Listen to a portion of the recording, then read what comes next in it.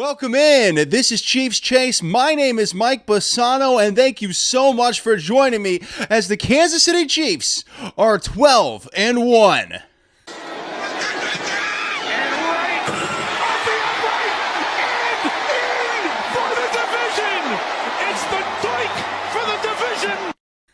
A big shot from Matthew Wright as the Chiefs beat the Chargers 19-17 on Sunday Night Football. It was a close game. We talked about it on the midweek blitz. We knew it was going to be a close game. This is how teams are always going to play the Chiefs.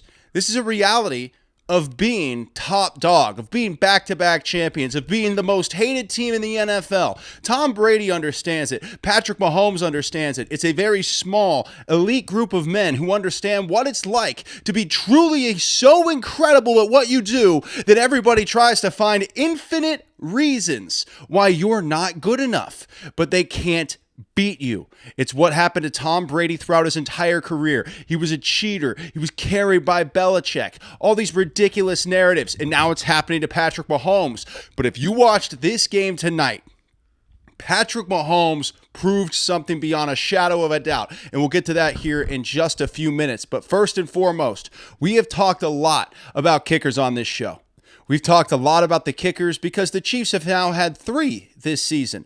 And usually you end up with 1, right? It's very unusual to have 3 kickers in a season. But Matthew Wright, Bank Shot Matty, that's what we're calling him from now on. Bank Shot Matty takes the win, the victory from the Los Angeles Chargers after going 4 for 4 for field goals on the night. Matthew Wright deserves all the flowers for his performance in Kansas City against the Chargers. And I don't want to hear about how close it was or anything else, because this is a guy that came in just a couple of weeks ago for the Chiefs, and now he's kicking game winners on Sunday Night Football in front of the entire world to keep the number 1 Chiefs number 1. That is the most incredible thing you could ever hope to experience as a human being, is what Matthew Wright is going through right now. What an incredible kick, an incredible performance, including a 50-yard field goal that he absolutely drilled. Give Matthew Wright every bit of credit that you could possibly give a kicker today, because I don't care if it's a bank shot off the upright, which is frankly incredibly impressive. I don't care what it is. As long as you're getting the ball through the uprights, you're the 3rd kicker this season. And you go 4 for 4 in a game with a game winner on Sunday Night Football underneath the lights with the spotlight couldn't be brighter for you. That's amazing.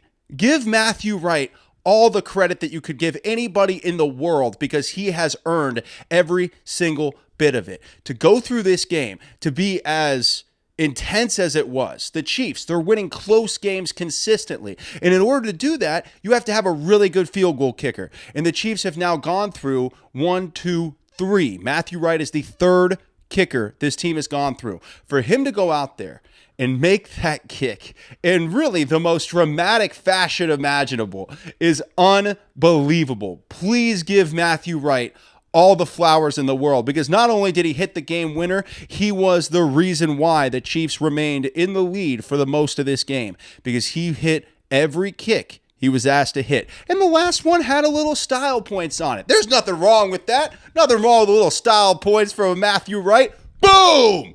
Who didn't get fired up about that? As soon as it banked, as soon as it hit that upright, the number one thing I was thinking, I was just like, did it go in? Like, even when it hit the upright, I still thought it had the angle because of the way it went up. I was like, if it hits the upright, it's probably still going to go in. I don't know.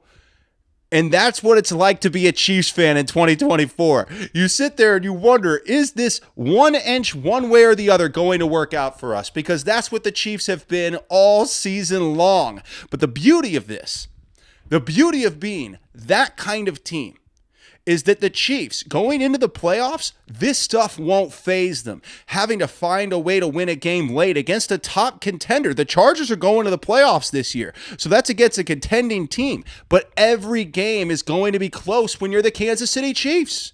You're back-to-back champions. Everybody's giving you that top-level shot. So you have to expect every game to be close. We talk about it every week here on Chiefs Chase. This is a game and a team that's going to have to play close the vast majority of the time.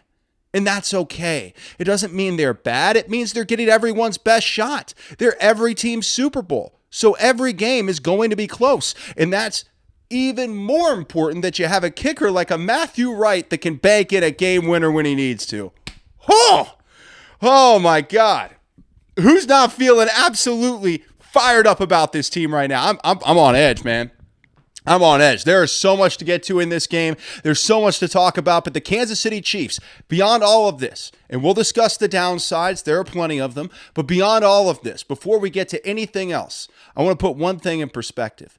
The Chiefs are back-to-back Super Bowl champions. Everybody gets up to play the Kansas City Chiefs, and the Chiefs are 12-1. Look around the rest of the NFL before you talk about point margins. Look around and look at the Buffalo Bills who went to LA and got smacked by the Rams today. Look around at the other teams before you point to the Chiefs' win margin, because there are a lot of other teams that just aren't winning. And the victory over the LA Chargers tonight not only solidified the AFC West for the Kansas City Chiefs, but with the Bills losing earlier in the day to the Rams, it puts the Chiefs 2 games ahead in the AFC, and essentially, without a collapse, this is going to be the 1 seed, and that's so incredibly important. It's important to be the 1 seed anyway, but especially when you have a week 4 bye like the Chiefs did this year. They need the bye week in the playoffs badly. And getting that and a step closer to that this Sunday is incredibly impressive, and one of the most important things we could ever possibly ask for as Chiefs fans. This game against the Chargers had so much riding on it. So much more than most games, because the Chiefs needed to get this one, to solidify the number 1 seed, to be 2 games ahead of Buffalo, to win the AFC West outright, win a game to win the division, not because somebody else lost or somebody else beat a team or you got lucky in a coin flip. No, the Chiefs went out against the Los Angeles Chargers and they took the AFC West championship, and that can never get lost. A lot of times people forget about the division. They think division championships don't matter, but I can guarantee you this one simple thing. The division championship matters a lot when you don't win it.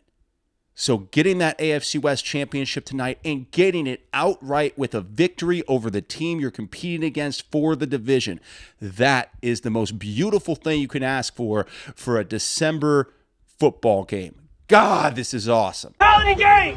What attitude are you going to have on every single play? Every single play you're not going to dominate. I need everything you got. Find a way to get a win. Yes, sir. Chiefs on 3, 1, 2, 3.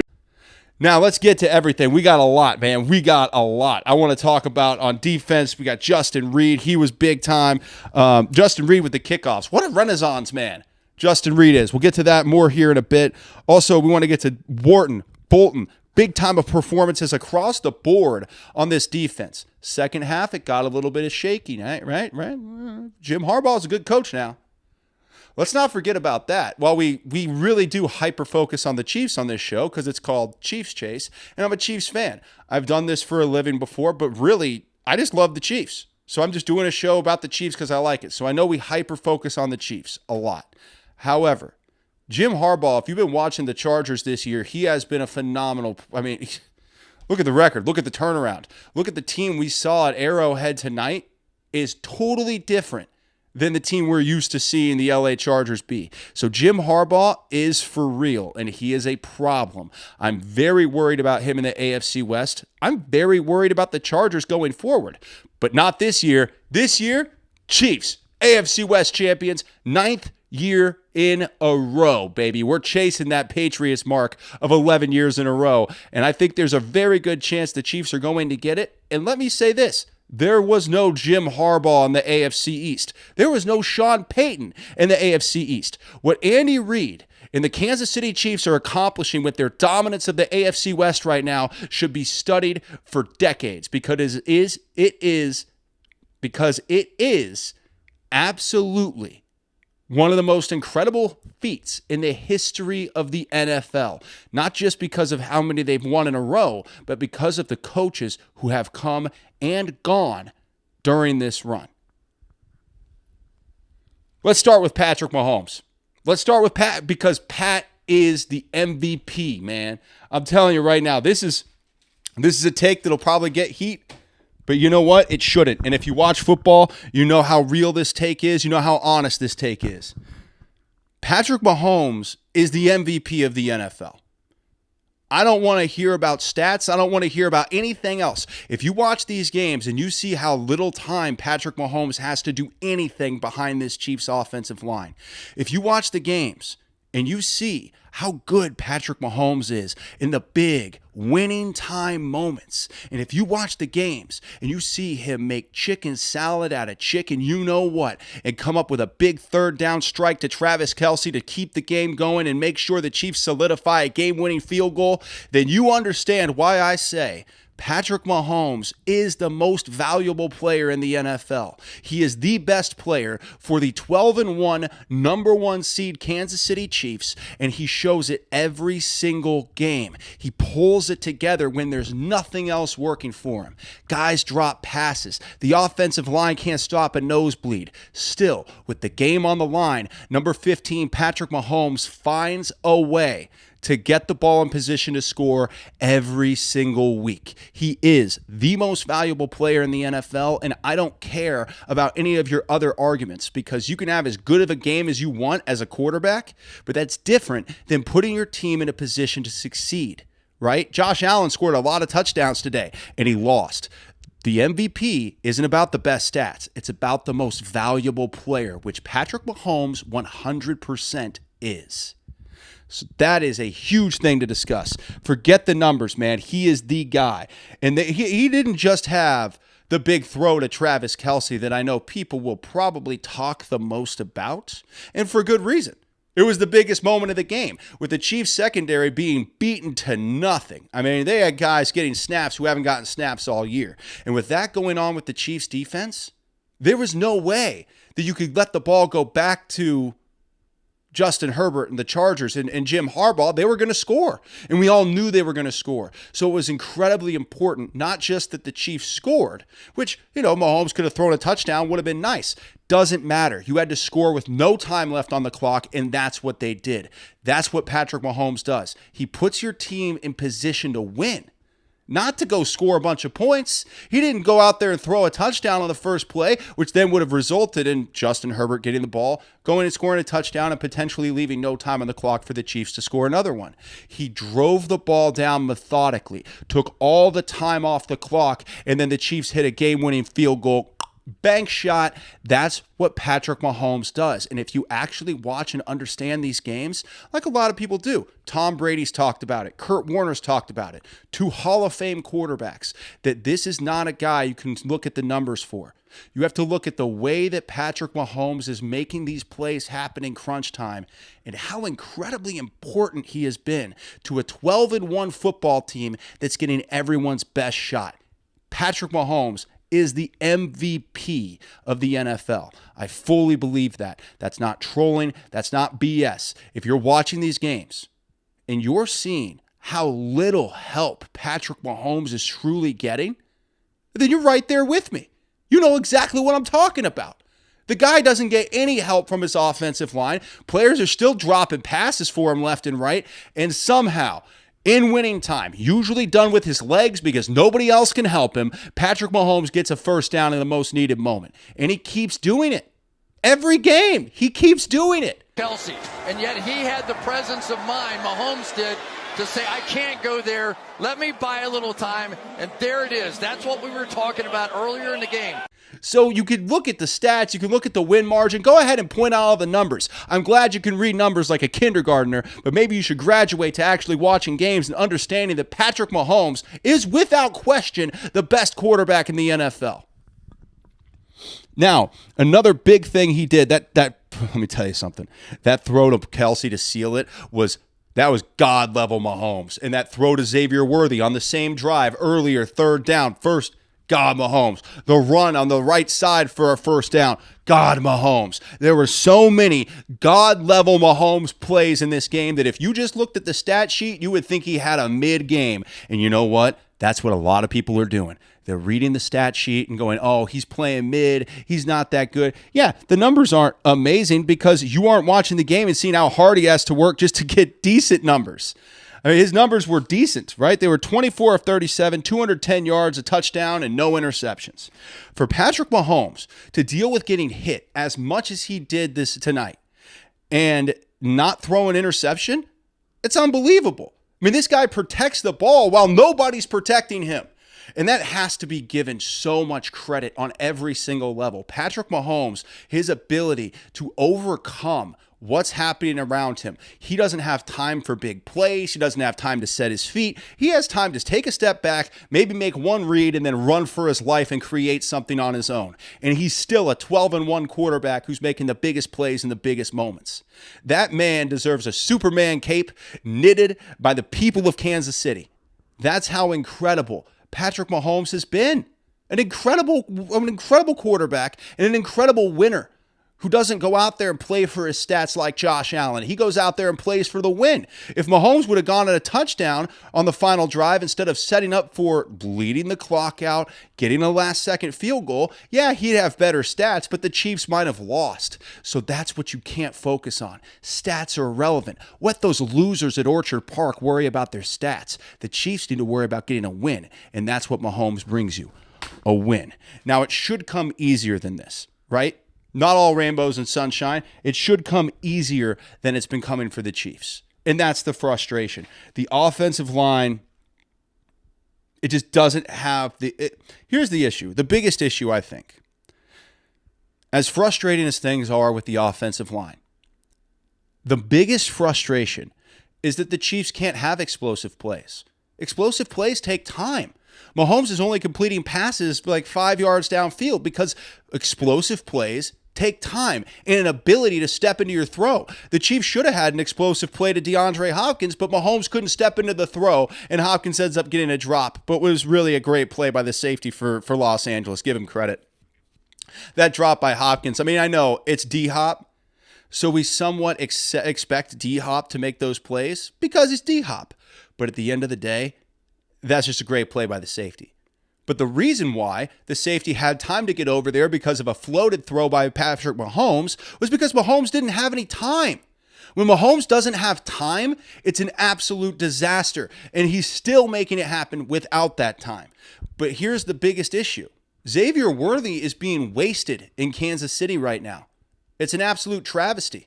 He's being wasted in Kansas City because he has such big play potential. Xavier Worthy, if you had a quarterback like Patrick Mahomes who had time and a clean pocket, Xavier Worthy would be running away with the Offensive Rookie of the Year award. And I fully believe that. He has all the tools in his belt, and he has done a great job with the limited touches that he's been given.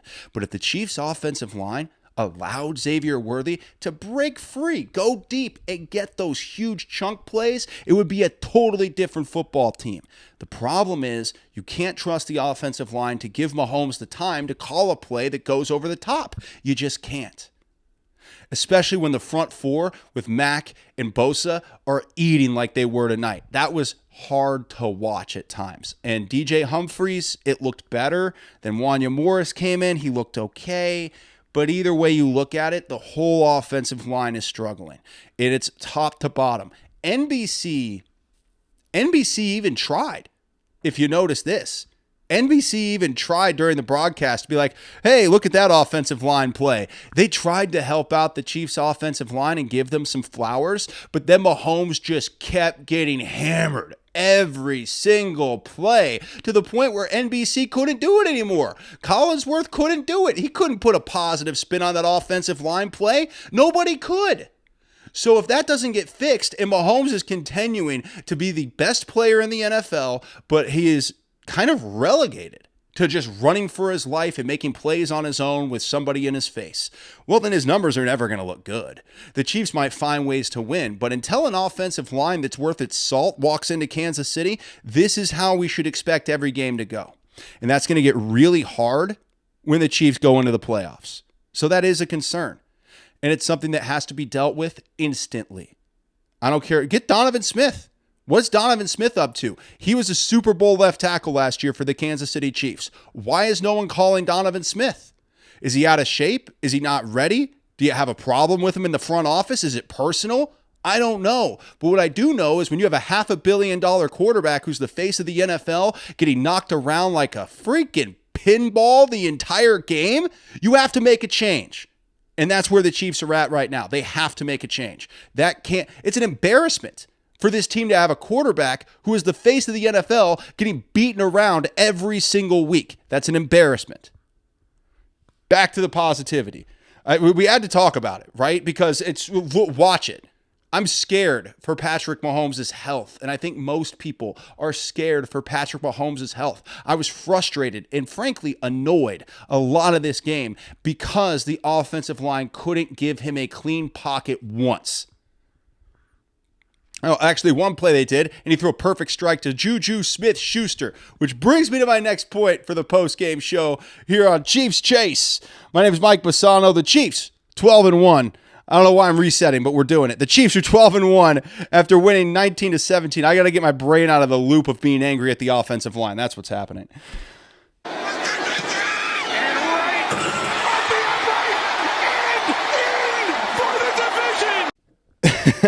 Because we need more Juju Smith-Schuster, baby. He was showing shades of the Super Bowl against Philly tonight. Juju Smith-Schuster, when he got his opportunities, only 2 receptions, but for 31 yards, by far the best average out of every wide receiver or pass catcher in Kansas City. Feed Juju Smith-Schuster. He's the man. He showed it 2 years ago in the Super Bowl against Philly, and he showed it tonight against the Chargers. Juju Smith-Schuster still's got a lot of the tank. You got to draw up plays for him. You have to give him opportunities because in his own way, Juju can be an explosive and big-time wide receiver for the Kansas City Chiefs.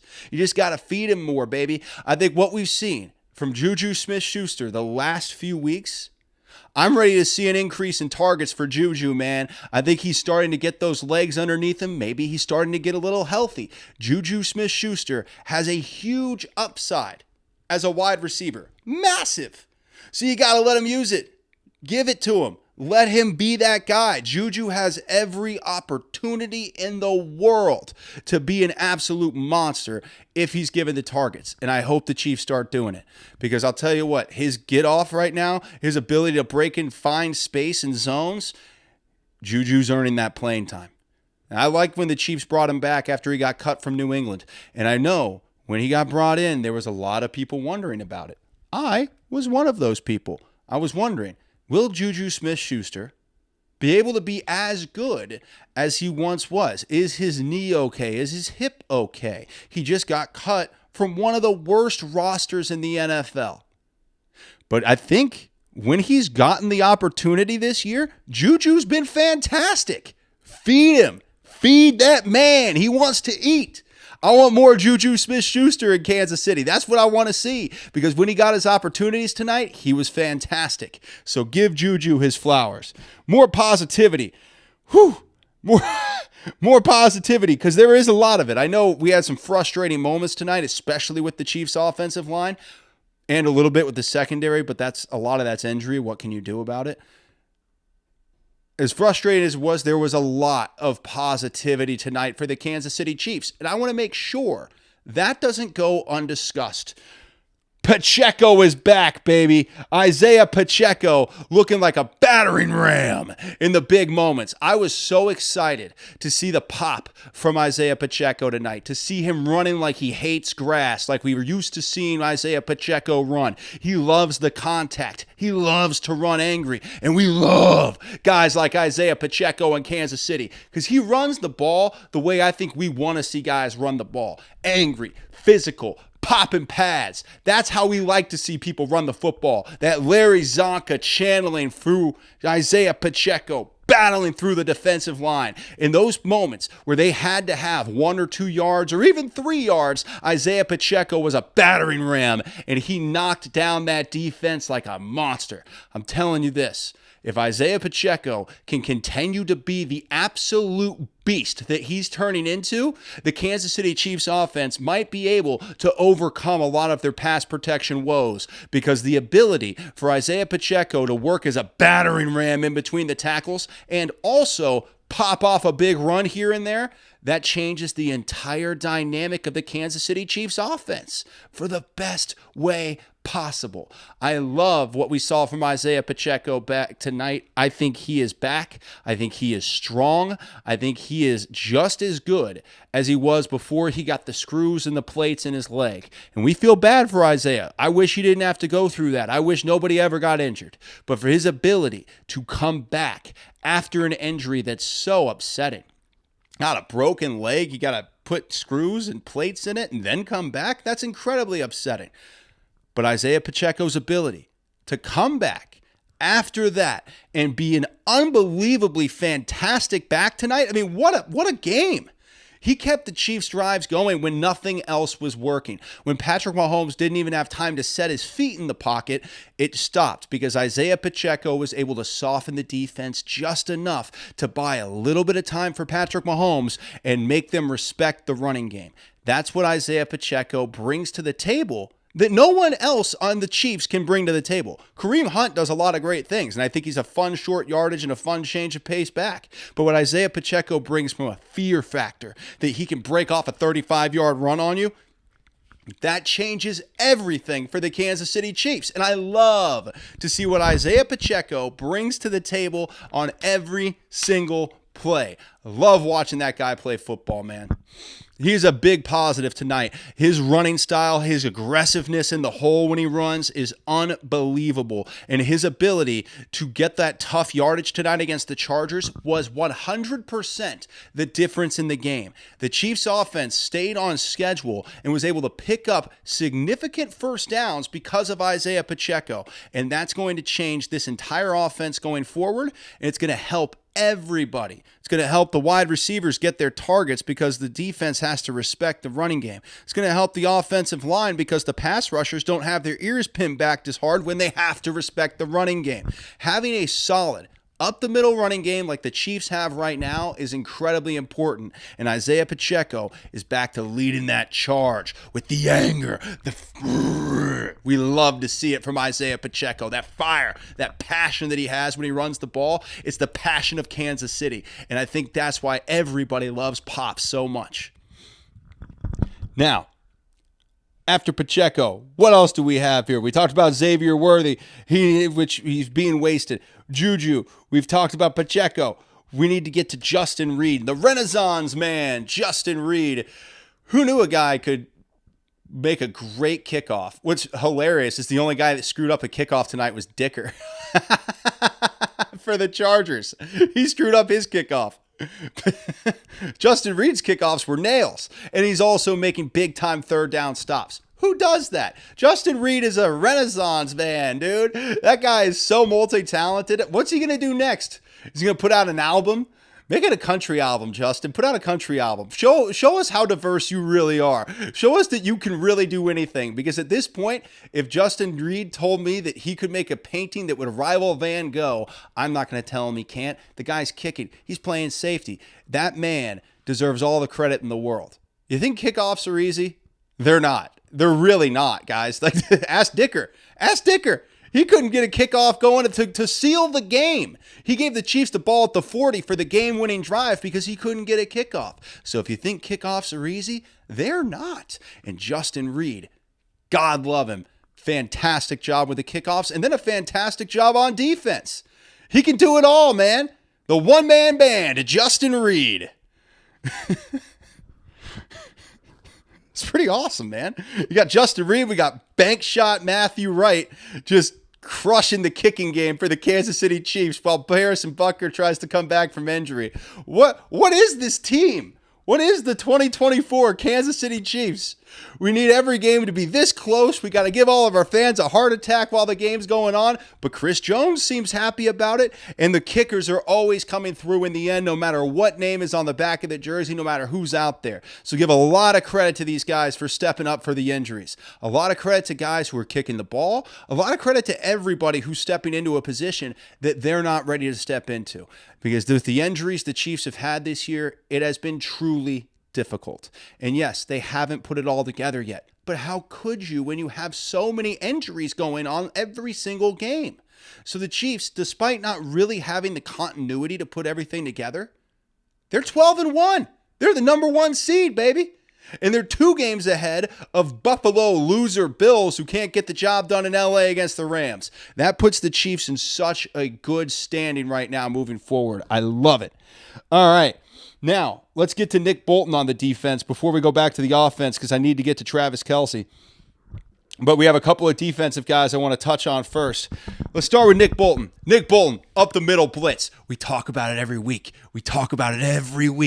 Nick Bolton, up the middle blitz. It's what I call the Steve Spagnuolo special. He lulls you to sleep thinking that Bolton's just going to be that guy roaming and crushing dudes on the inside so that he takes over the middle of the field. And then when you least expect it, he fires Bolton through a gap up the middle, and Bolton gets home every single time. And we saw it again tonight. Justin Herbert, in a big moment, Bolton bursts through the inside and he gets the sack. In a big moment in the fourth quarter, that's when Spags dials it up for Nick Bolton. And I love that play more than anything the Chiefs do defensively, because it works every time. I think they only call it once a game, because if they called it more times, people would operate against it. So they pick and choose that one time that they know Nick Bolton's going to come free and he's going to be a monster.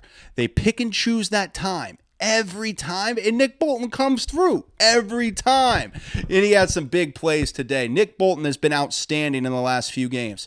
In the beginning of the season, people were critical of Nick. I noticed that. People were critical of Nick Bolton early in the season. And then as time went on, and Nick Bolton became more and more badass, and he really did have a little bit of struggle to start the year. But for the last month, Nick Bolton's been balling out of control. Last week especially, and he was big this week too. So Nick Bolton, give him all the flowers, give him everything, because without him, this defense takes a massive step back. The Chiefs are very fortunate to have Nick Bolton, and frankly, Nick Bolton's very fortunate to have the Chiefs and Steve Spagnuolo. I think that's a relationship that works really well together. Love what we saw from Nick Bolton tonight. And also a man that needs his flowers, a man that's needed his flowers all year. And frankly, we've been a little bit neglecting this man. He's deserved his flowers. Tershawn Wharton came up with 2 big sacks tonight. This guy has been really good all season. And frankly, he deserves his flowers on a night where he got to Justin Herbert twice in big moments where the Chiefs really needed it. Tershawn Wharton has emerged to be that strong number 2 defensive tackle behind Chris Jones, and what he's been able to do with his game, elevating, pushing himself into becoming not just a good pass rusher, but a great pass rusher at times. Tershawn Wharton, give him his flowers. What a great night for him against the Chargers, and what a great season for him in 2024 so far, because this defense, the last 2 weeks, has hunkered down in the big moments and given the Chiefs a chance to win. Tershawn Wharton, a big part of that, along with Nick Bolton, Justin Reed, and the final guy from the defense we're going to discuss tonight, the All-Pro, playing like a Hall of Famer, Trent McDuffie. What a beast he was, man. He's all over everybody. Trent McDuffie is a beast personified for this defense. And frankly, without him, I'm horrified to know what the Chiefs secondary would look like. Because of injury, the Chiefs secondary has been completely decimated. And I think the one thing pulling that all together, and the one thing holding it, is that if you're number 1 receiver, he's not going to get too loose, because the Chiefs have Trent McDuffie on him. And that is a huge, huge win for Kansas City, in my opinion. To have that guy as your number 1 corner with a secondary that's struggling as badly as the Chiefs are, oh, it is so incredibly important. Now, back to the offensive side of the ball, Travis Kelce.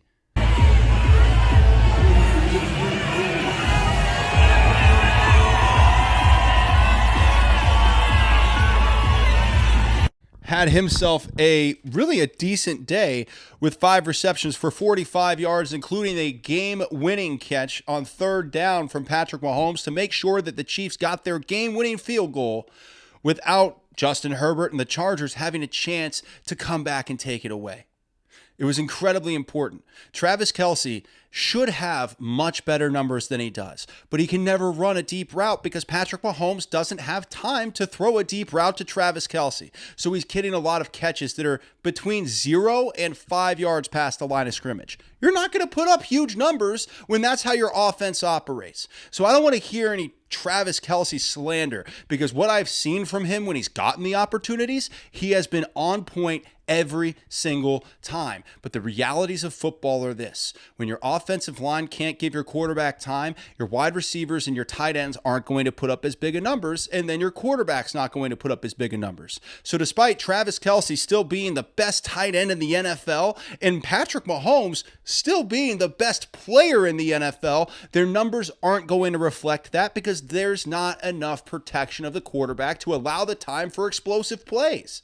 So the Travis Kelce slander, I won't hear it. I will not hear it. Travis Kelce is still the best tight end in the NFL. He's the best tight end who's ever existed. I'll hear your Gronk arguments, but they're the same age. People want to talk about Travis Kelce falling off. Rob Gronkowski fell off 4 years ago. He's sitting with a suit. He's on a podcast, which is great, by the way, with Julian Edelman. If you haven't given it a listen, it's a good podcast. But Gronk's not even playing anymore. Travis Kelce's out here putting it on every single week. He caught a game-sealing catch on third down tonight. What did Rob Gronkowski do? Analyze it? And you want to tell me that guy, being the same age as Travis Kelce, is a better tight end than Travis Kelce? You're crazy. You're a crazy person. Travis Kelce is the best tight end who's ever played in the NFL because of his longevity, because of his ability to be durable, because the fact is, being durable is part of how good you are, guys. You know how many amazing players in college never made it to the NFL because they got an injury?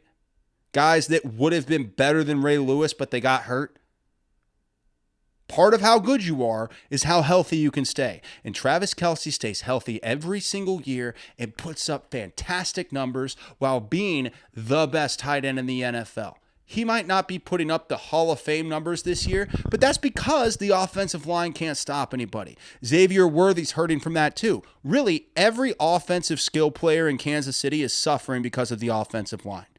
If the Chiefs had time to let plays develop, to let players get deep so that Travis Kelce could catch a pass that wasn't 5 yards or less past the line of scrimmage, then yeah, he would put up much bigger numbers. Xavier Worthy, he has a chance to break open deep almost every single play I see him run a route. But he can't, because the offensive line can't protect Patrick Mahomes long enough for Xavier Worthy to make a long route feasible. So everyone's just catching these short passes and doing whatever they can with them, because it's the only way to equalize a pass rush that's beating up Patrick Mahomes every single play.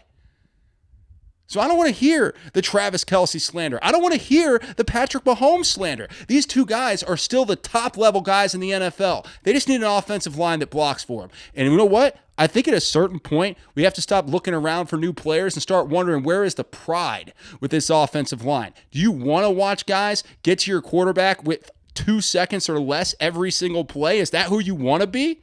No, so hit the weight room, get more limber so you can get lower on your pass blocking, and start putting people in the damn dirt. Because that's what you're paid to do. That's what you love to do, right? Isn't that why you play offensive line? You want to maul somebody? Well, go do it. Stop letting Joey Bosa and Khalil Mack eat your lunch all day and put someone in the ground. Because at this point, I think it's a pride factor. I mean, seriously, man, you can be bad at football, but you're not that bad if you're playing in the NFL. You know what I mean? You're an NFL offensive line. You have to be better than this. And if you took a little pride, put some guys in the dirt, maybe it would help out. I don't know. Interior offensive line looks pretty good, but on pass block, the interior is not doing that great either. I think Creed Humphrey had a good game. I don't want to gloss over that. But you know, the point remains. If these guys aren't going to take pride in protecting Patrick Mahomes, then they're not going to be a very good offensive line. And the Chiefs are going to struggle this year. I don't want that to happen. I think Patrick Mahomes is putting together another MVP season that he won't get credit for because of his numbers. And that's directly related to the offensive line. So that has to get better. So Travis Kelce, another one. Also, one quick thing. I know we've talked a bit about Xavier Worthy. I want to get to that a little bit more here. Xavier Worthy's not dropping the ball. Like, as time's gone on and as we're seeing more players with drop issues, more issues with the offensive line, really more issues across the board when it comes to the Chiefs offense and a lot of the Chiefs defense. The one guy who has been consistent, who has been an incredibly impressive player the entire time, is Xavier Worthy. He's consistent. He's impressive. Xavier Worthy's not dropping balls. You gotta feed him.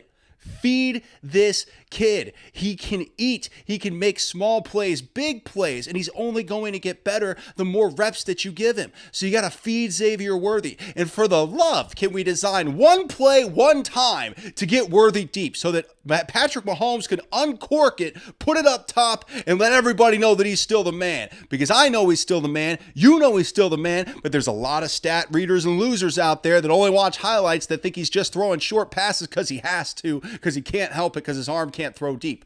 We know better. We know what Patrick Mahomes is capable of. He can uncork it better than anybody. He just needs a little bit of time to do so. So one time, offensive line, one time, give us a little bit of a chance to see Patrick Mahomes uncork one to Xavier Worthy, because Xavier Worthy is in position to get those big plays every single time.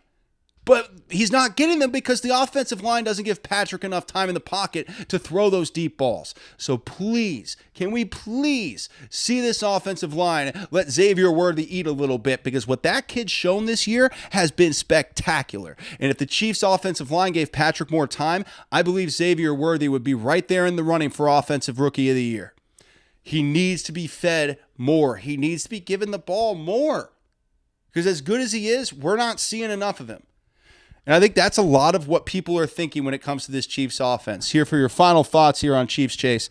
The number one thing is the Chiefs win 19-17 on a last-second bank shot field goal from Matthew Wright.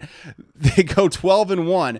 The number one thing I think people are thinking about walking away from this game is how much better the Chiefs could be than they are right now. Mahomes has to put the team on his back and pull rabbit out of the hat every single week to try to keep the Chiefs in it and then ultimately get the win. And Isaiah Pacheco has to become a battering ram, and this is all because the Chiefs are losing offensively in the trenches. It has to stop, or we're going to keep seeing these close cardiac games, and in the playoffs, it's a lot harder to win all those. So that is the final thought there. As the Chiefs do win 12-1, win 19-17. Overall thought about the team and where they stand along with the AFC standings. The Chiefs are still the Chiefs. And people could try to discount them every single week if they want to. They could try to cut down the Chiefs. That's okay. That's what insecure people do. They try to cut down others to make themselves feel better. And this week especially, the Bills fans are going to be a little extra sensitive, so they're going to try to cut down this game as well. But remember this. This 12-1 team is the back-to-back Super Bowl champion. Everybody's target is on the Kansas City Chiefs. 31 other fan bases hate the Kansas City Chiefs. And still, the Kansas City Chiefs are 12-1. That's going to stick in the craw of so many other fan bases because the Chiefs at 12-1 are going to be the one seed in the AFC. The Bills have dropped to 2 games behind, and the Chiefs will get stronger. This is not a team that's going to be weaker going into the playoffs. It's a team that's going to build strength, and that strength can come to fruition as it comes to January. And if the offensive line and all the players who are coming back from injury, if everything hits in January, the Chiefs are going to be a juggernaut team that's going to run roughshod over everybody en route to a three-peat. There's your final thought. I had to get a little fired up, man. Thank you so much for taking some time and listening to me. This has been Chiefs Chase. My name is Mike Bassano. Make sure you tune in for the Midweek Blitz. Like and subscribe because we're doing this thing all the time. Thank you so much. I appreciate you guys so much. Have a phenomenal weekend or rest of your weekend. Is it over? It's pretty much over. Have a phenomenal week. I'll see you on the Midweek Blitz.